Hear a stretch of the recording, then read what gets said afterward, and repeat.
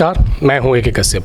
आज इस वीडियो में बात करने जा रहे हैं कि अब क्या राज्य कर्मचारी या केंद्रीय कर्मचारियों को बहुत सारे पेंशन योजना के नामों को जानने की ज़रूरत आ गया है। लाभ भले उसमें कम हो, एनपीएस का लाभ अगर बात करें तो ओपीएस के तुलना में बिल्कुल कम। यूपीएस की बात करें तो कुछ मामलों में तो एनपीएस से भी यूपीएस कमज़ोर है। ओपीएस के तो मामले में यूपीएस कहीं ठहर ही नहीं पा सकता है। अब एक नई पेंशन योजना एपीएस आ गया है। अब बताइए कि इस तरीके के अलग अलग, केंद्र की एक अलग स्कीम, राज्य की एक अलग स्कीम, केंद्र और राज्य कर्मचारियों को ये पेंशन स्कीम आने वाले समय में इतना ज़्यादा एक बर्डन और इतना ज़्यादा एक भार जैसा महसूस होगा कि केंद्र और राज्य के कर्मचारी को समझने में ही काफ़ी दिक्कत होंगे कि एनपीएस में रहें या यूपीएस में रहें। अगर केरला स्टेट की बात करें तो वहाँ पे एक एपीएस आ गया है। अब राज्य भी अगर कुछ इस तरीके की योजनाओं को अगर अपने राज्य कर्मचारियों के लिए लागू करते हैं तो ये आने वाले समय में बड़ा एकदम अपने आप में ये पेंशन स्कीम संदेह में खड़ा हो जाएगा। दूसरा एक महत्वपूर्ण बात यह है कि जिस ओपीएस का डिमांड चल रहा है अब तो ये तय हो चुका है इस आधार पे कि अगर केरल राज्य अगर पुरानी पेंशन योजना की ओर नहीं लौट पाया तो अब ये क्लियर है कि केवल भाजपा शासित या केंद्र सरकार जो भाजपा गठबंधन की सरकार है, जिस पर ये हमेशा आरोप लगते हैं कि पुरानी पेंशन योजना को न लागू करने में भाजपा और भाजपा शासित राज्य का अहम योगदान है। अब अगर बात करें कि दक्षिण भारत का सबसे घोर विरोधी अगर कोई राज्य भाजपा और उसके गठबंधन का अगर रहा है तो वह आप देख सकते हैं केरल स्टेट में। केरल राज्य दक्षिण भारत का सबसे घोर विरोधी राज्य है, लेकिन वहाँ भी राज्य कर्मचारियों के लिए ओपीएस को लागू नहीं किया गया। इस वीडियो में इसी बात को समझेंगे कि क्या सच में अब एनपीएस को समाप्त नहीं किया जा सकता है, क्योंकि जिस तरीके से केरला सरकार ने जो एक नोटिफिकेशन रिलीज किया है इससे अब ये तय हो चुका है कि राज्य और केंद्र कहीं से एनपीएस की विदागी को तय नहीं है।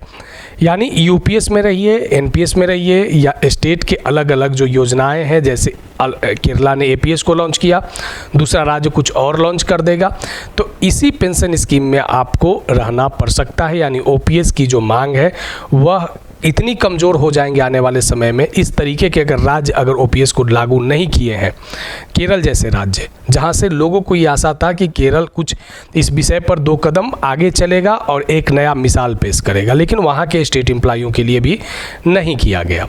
इस वीडियो में आप लास्ट तक ज़रूर देखिएगा क्योंकि हम कुछ महत्वपूर्ण नोटिफिकेशन पर भी बात करेंगे। नए जुड़े हैं तो ज़रूर चैनल को सब्सक्राइब करके बेल आइकन को दबा दीजिएगा। वीडियो अच्छा लगेगा तो लाइक शेयर ज़रूर कीजिएगा। कोई सुझाव होगा तो आप कमेंट में लिखिए। देखिए आप स्क्रीन पे जो देख रहे हैं कि अभी जो पेंशन स्कीम पे अगर हम चर्चा करें तो सबसे बेजोर या बेहतरीन की अगर बात करें तो सीसीएस पेंशन रूल 1972 है, जिसके तहत पुरानी पेंशन योजना कवर है, जिसमें 10 साल के सर्विस के बाद पेंशन मिलना तय हो जाता है।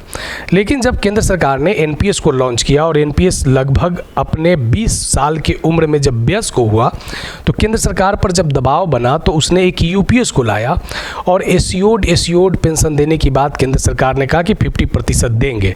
इसके लिए सर्विस लेंथ निर्धारित किया गया कि 25 साल का सर्विस लेंथ होना जरूरी है।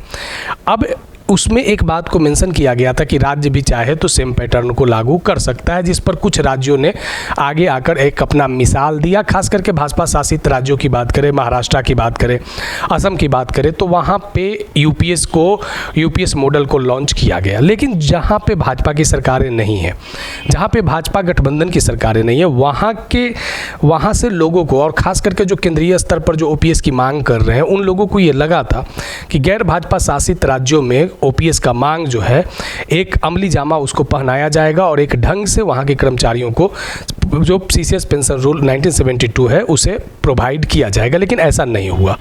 अब ऐसा कैसे नहीं हुआ आप इस चीज़ को देख सकते हैं कि जो आप यहाँ पे देख सकते हैं गवर्नमेंट ऑफ केरला का एक लेटर है और ये लेटर आप इस संदर्भ में देख सकते हैं कि किस तरीके से यहाँ पे कुछ बातों को मेंशन किया गया है। अभी फाइनल इसका जो प्रोसीडिंग है वो रिलीज़ तो नहीं हुआ है, लेकिन इसके आधार पर, नोटिफिकेशन के आधार पर कुछ बातों में संभावना आप देख सकते हैं। पहला यहाँ पे आप जब लेटर को देखेंगे तो यहाँ पे ये मेंशन किया गया कि 1/4/2013 के बाद जितने केरला राज्य में अपॉइंट लोग हुए हैं वो लोग एपीएस में जा सकते हैं। यानी यहाँ पे जो पूरा नई पेंशन योजना को केरला सरकार ने अपने राज्य कर्मचारियों के लिए लागू किया है, यानी एपीएस में, जो इसको यूपीएस नाम नहीं दिया गया। एनपीएस भी तो पहले से वहाँ के स्टेट एम्प्लॉय के लिए लागू था ही, ओपीएस भी नाम नहीं दिया गया, उसका एक नया नाम एपीएस दे दिया गया, यानी एपीएस में वो जा सकते हैं। लेकिन यहाँ पे पॉइंट, जो नोटेड पॉइंट है, वो इस बात को इंगित करता है कि यहाँ पे ये लिखा गया कि जो एनपीएस में चाहते हैं वो एनपीएस में रहे और जो एपीएस में जाना चाहते हैं वो एपीएस में रहे। अब केरल जैसे राज्य जो प्योर अगर कहें शुद्ध रूप से 100% अगर भाजपा शासित सरकारों का अगर कोई धूर विरोधी है तो वह केरला सरकार है, जो वहाँ के सीएम है विजयन। तो विजयन ने जब ओपीएस को नहीं लागू किया तो इससे ये संदर्भित हो सकता है कि आने वाले समय में ओपीएस का जो मांग है वो अब राज्यों में भी कमज़ोर हो जाएंगे।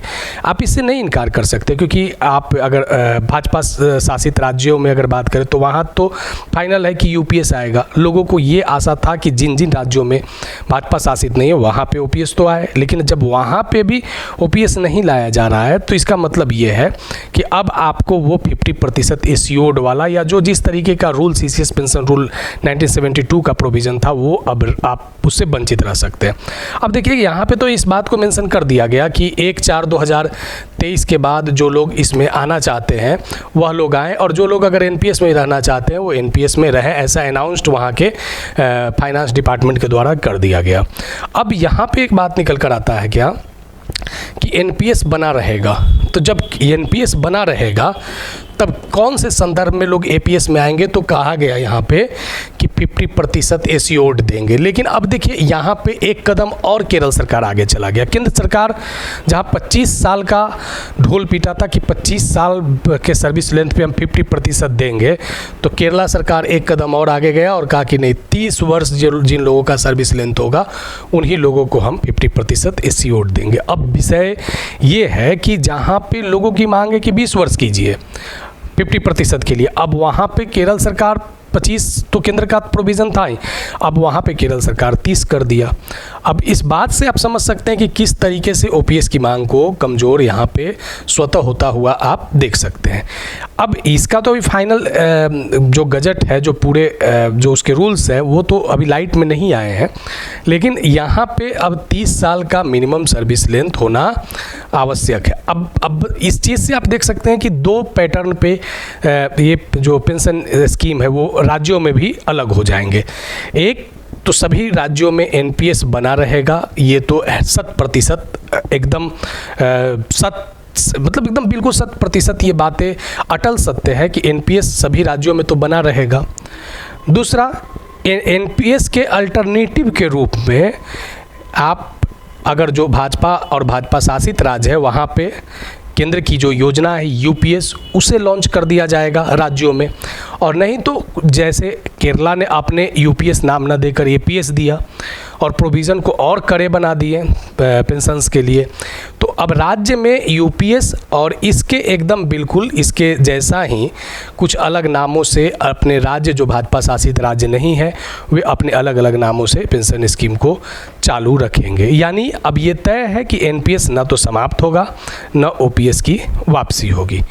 तो आज के इस वीडियो में हमने इस विषय को चर्चा में इसलिए लाया था कि जब केरल जैसे राज्यों में अगर ओपीएस का मांग कमज़ोर हो चुका है तो केंद्र स्तर पर अब इसका जो मिलने की जो संभावना है वह अभी स्वतः धीरे धीरे आप देखेंगे आने वाले समय में कमज़ोर होता हुआ दिखेगा। यानी जो भी संशोधन होंगे वह एनपीएस और यूपीएस में ही संशोधन होते रहेंगे। तो अगर आप मेरे चैनल के साथ नहीं जुड़े हैं तो ज़रूर जुड़ जाइएगा, क्योंकि आपसे रिलेटेड कंटिन्यू हम बातों को रखते हैं। एंड वीडियो अच्छा लगा तो लाइक शेयर ज़रूर कीजिएगा, कोई सुझाव होगा तो आप कमेंट में लिखिएगा।